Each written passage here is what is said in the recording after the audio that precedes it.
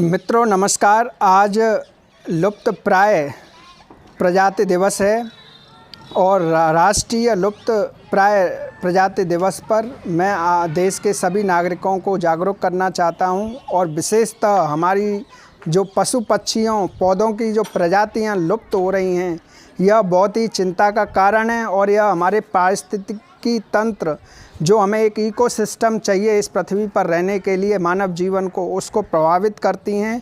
और अर्थ का टेम्परेचर बढ़ने से या मानव के विकास के रूप में निर्माण बढ़ने से इस तरह से प्रजातियों पर बड़ा खतरा बढ़ा है। रेडिएशन के कारण भी खतरा बढ़ा है। इसलिए आज मैं राष्ट्रीय पक्षी मोर की बात करूंगा, क्योंकि राष्ट्रीय पक्षी मोर एक ऐसी प्रजाति है पक्षियों में जो एक अपने सुंदरता के साथ, और भारतीय संस्कृति में जब मोर नृत्य करता है तो एक आसमान से बारिश आने का संकेत है और एक अच्छा मौसम में मोर नृत्य करता है। और मोर के नृत्य को देखकर हम सभी खुशहाली के रूप में अपने भविष्य को अनुभव करते हैं।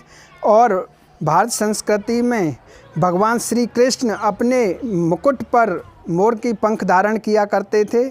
ऐसे ही अपने राष्ट्रीय पक्षी के प्रति जो जिम्मेदारियां हैं उसमें महत्वपूर्ण 2-3 हम कार्य कर सकते हैं।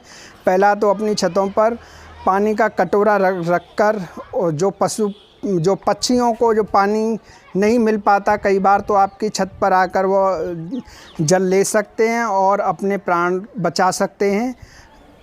आप वहाँ पर अनाज डाल सकते हैं। अनाज के अलावा जो आपके सराउंडिंग में जो वन उद्यान हैं जहाँ पर पेड़ कट रहे हैं, उनको रोकने के लिए आप अपना शासन प्रशासन से निवेदन कर या लोगों को उससे पेड़ पौधों के कटाई से रोकने के लिए अपने सामाजिक तरीक़ों से उनसे आह्वान कर सकते हैं कि वृक्ष मत काटिए, और वृक्ष नहीं रहेंगे तो इस मानव का अस्तित्व नहीं रहेगा। इसीलिए मेरा आप सभी से निवेदन है कि राष्ट्रीय पक्षी मोर के लिए कम से कम यह इस महत्वपूर्ण दिवस राष्ट्रीय लुप्तप्राय प्रजाति दिवस पर यह संकल्प लें।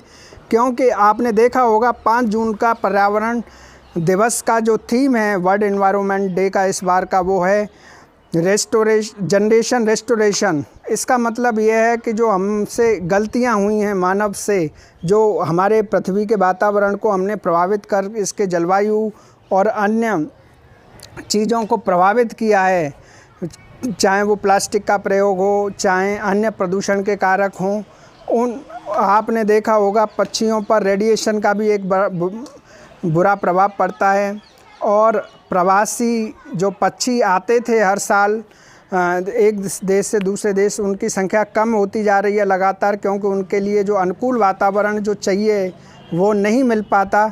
इसलिए हमें आज इस विषय पर गंभीर होना पड़ेगा। जय जवान जय किसान।